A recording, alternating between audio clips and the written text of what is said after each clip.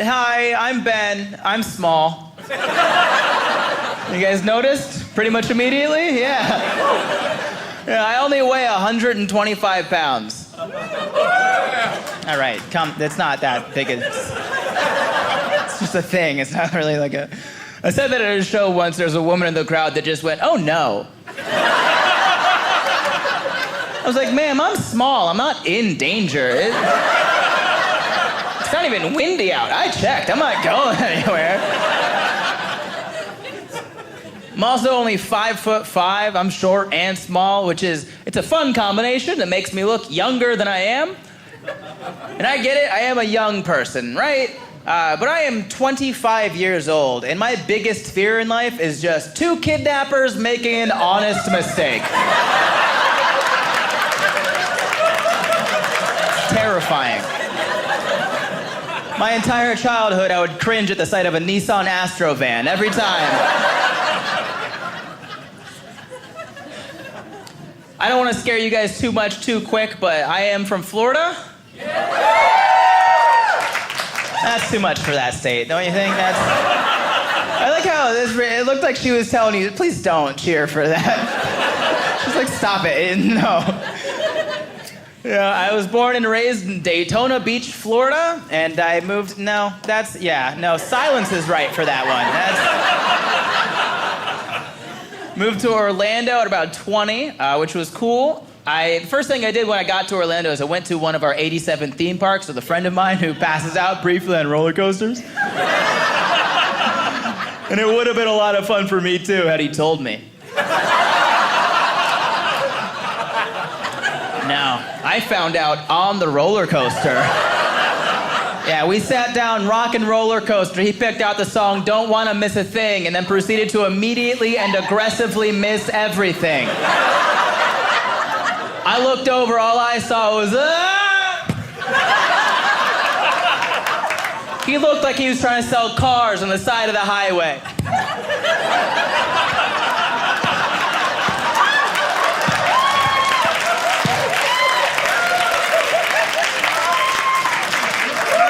Yeah, that's fun, isn't it? I thought he died. He woke back up a few seconds later. I hit him. I was like, no, don't like that. Because I've seen movies. The only things that come back from the dead are zombies and Jesus, and he's not Jesus. Jesus probably would have told me, you think, right? I hit him. He was like, what was that for? I was like, not today, Satan! Now, neither one of us are welcome back on the ride. Oh, man. Growing up in Florida was dangerous. I think that's the right adjective for that. We have all the normal dangers that everybody else has, but we don't really care about those because we have Floridian dangers, too. We're way too preoccupied by those. Like, the first time I ever performed in Atlanta, a friend of mine pulled me aside. He was like, yo, Atlanta, be careful. It's dangerous. You could get shot. And I was like, do you know where I live now? I live in Orlando, Florida. I am an hour from the shark bite, the lightning strike, and the meth capitals of the world. 2 hours south, someone got high on bath salts and ate a face. 30 minutes north of my house right now, there's a lake filled with over 10,000 alligators. And sometimes during hurricane season, those alligators get lifted from the lake and launched into neighboring backyards, Sharknado style. Do you think I'm scared of your bullets?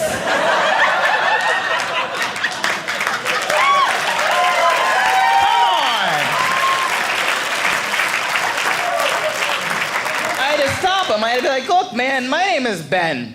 I'm an uncle. That makes me Uncle Ben. So if you shoot me, you create Spider-Man. That's how this works. I'll be dead, but Tobey Maguire's gonna find you.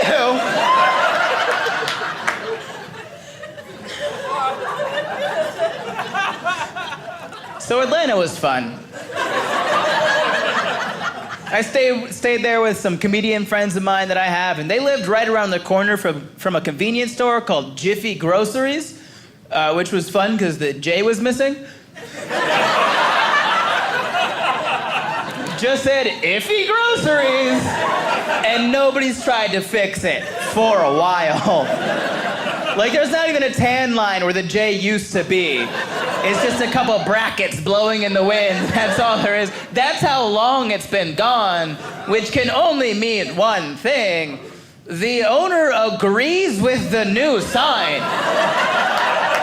Like, he came into work one day, saw Iffy Groceries on a building he owned, and just went, yeah, that's probably more accurate.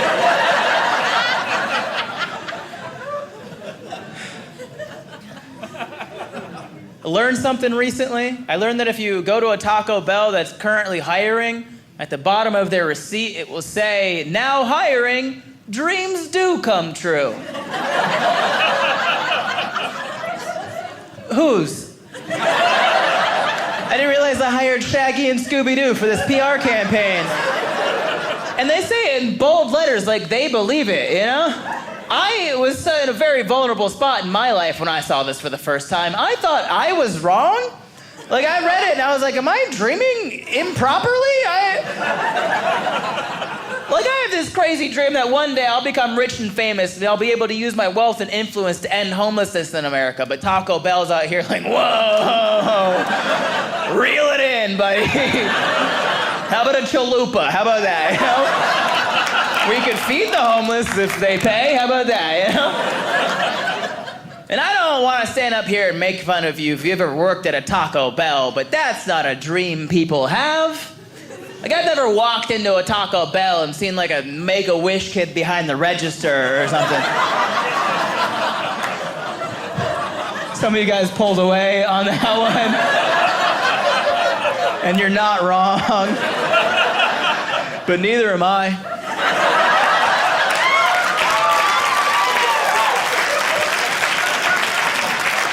Have you guys seen it? No, you haven't, because it hasn't happened. Nobody's ever walked into a hospital room and like, hey, Timmy, the foundation said they'll grant your wish. What do you want to do? Go to Disney, meet LeBron? And Timmy's like, nah, I want to make a taquito. How they get 12 tacos in that pack? I gotta know. What makes it supreme?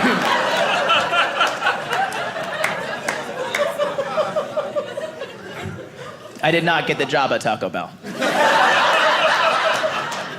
At the time, I was working at a call center in Orlando, which is not fun. And some of you guys may have actually heard of us. Whenever we do our international calling, the caller ID will pop up with our business name. It'll say something like, scam likely. Have you guys heard of us?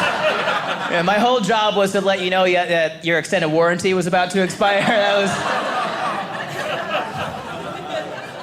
I should have prefaced that joke with, that's a joke, please don't hate me. That's not a thing I actually did. I worked at a very normal call center in Orlando. We would just call previous customers that has purchased our products in the past, and we would offer them free products in the future. And every time I called somebody, they would not answer. It was great for my self-esteem. And whenever they did that, I'd have to write N-A next to their name on a piece of paper, which stands for no answer. And it makes sense. But I always hated it, because at a glance, it would just make the paper look like it was mocking you all day. You'd walk in, all you'd see is, Justin Smith! Nah. And then 50 more of that. The only thing I could ever do to break up the monotony was after every 16 nahs, I'd write, Batman!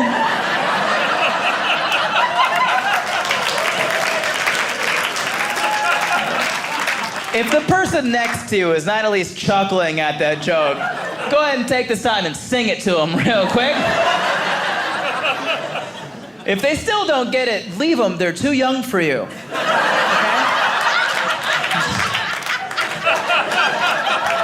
I'm up here looking out for you, okay? Before I got that job at the call center, I was actually working with the U.S. Army Reserve. I did 6 years there, and that sucked. The only reason I really bring it up to let you guys know that I had a military ID. It's a driver's license. It has my picture on it, has an expiration date on it, and that part would have been really good for me to have paid attention to and remembered the date of. Mine expired about 4 years into my 6-year contract. And I had to go up to Jacksonville, Naval Air Station in Jacksonville, to get it renewed, which at the time was about 2.5 hours away from where I lived. And I had to go up to NAS Jackson. On NAS Jax, they had a building that was exclusively for ID card renewal. They did not do anything else in this building except renew ID cards. I need you to know that for later. And I got on base, and I walked into the building, and I handed the ID to the guy at the desk, and he looked at it for about 3 seconds and just went, "Hey, man, this is expired." And I said, "Excellent work, detective. I can see why they've hired." Guy, that's like pulling up to a mechanic and the guy just going, "You know got a flat tire on your car?" "Yes, I do. You are truly doing the Lord's work at this Walmart tire center, aren't you, bud? You are crushing it." And I looked the guy in the face and I was like, "Yes, that is why I am here in the building exclusively for ID card renewal. You should know that. You work here." And he said, "Right, okay, well, I can't take a picture of you with facial hair. Do you have a razor on you?" And I patted my pockets as if that was just a thing people carried around. And I said, "No. I must have left that at home with the other things people leave at home." And he said, "Oh, okay. Well, what you can do is go across the street to the commissary. There you can buy some razors, and then you can come back, go in a bathroom, shave your face, take a picture, and be on your way." And I said, "That sounds like an unnecessary step." And he said, "Is this your first day in the Army?" And I said, "Fair point." So I went. I walked across the street to the commissary, and for those of you that don't know, a commissary is like a supermarket on base. And to shop there, you must be military personnel or family thereof, which means any given day, it's mostly just wives. Which means any given Tuesday, the place is filled with retired strippers. You guys got it? Yeah, you're... Oh, what? What is it now? Future nurses? Is that the phrase? How is that worse? They're getting an education. I'm not the bad guy here. Meet someone in the military. They'll tell you I'm not wrong.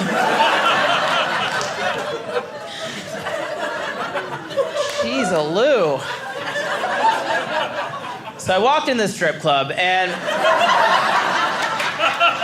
I go to buy razors. As I'm checking out, I hand the guy at the register my ID and the razors, and he looks at my ID for a few seconds and just says, "Hey, man, this is expired." And I said, "That's not even your job." That's like trying to buy razors at a Walmart. The guy at the register just goes, "You know you got a flat tire on your car? Are you the same guy from the tire center? What is happening here?" I looked at him and I said, "Yeah, I know that. I actually went to the tire center earlier and he told me I couldn't take a picture of facial hair, so he sent me here to buy razors, which you know because you're holding them right now." And he said, "Oh, okay. Well, I can't sell you anything with an expired ID. So what you can do is leave base. Take a right. There's a super Target there. Then you can go into Target, buy some razors, and then you can come back, get on base, go in a bathroom, shave your face, take a picture, and be on your way." And I said, "That sounds like an unnecessary step." So I went. I left base, I took a right, I walked into Super Target. I bought razors at Target. Target didn't really care that my ID was expired, and I feel like that's worth mentioning right now. And as I'm coming back, I realized the amount of time it took me to go to Target, buy razors, and come back, they had replaced the person at the main gate with someone else who cared about their job just a little bit more than the previous person had. Because when I handed them my ID, he looked at it for about 3 seconds and just went, "Hey, man, this is expired." And I said, "Ding, ding, ding, you are my 1 millionth customer! You win And he said, what? And I said, never mind. I've already been on base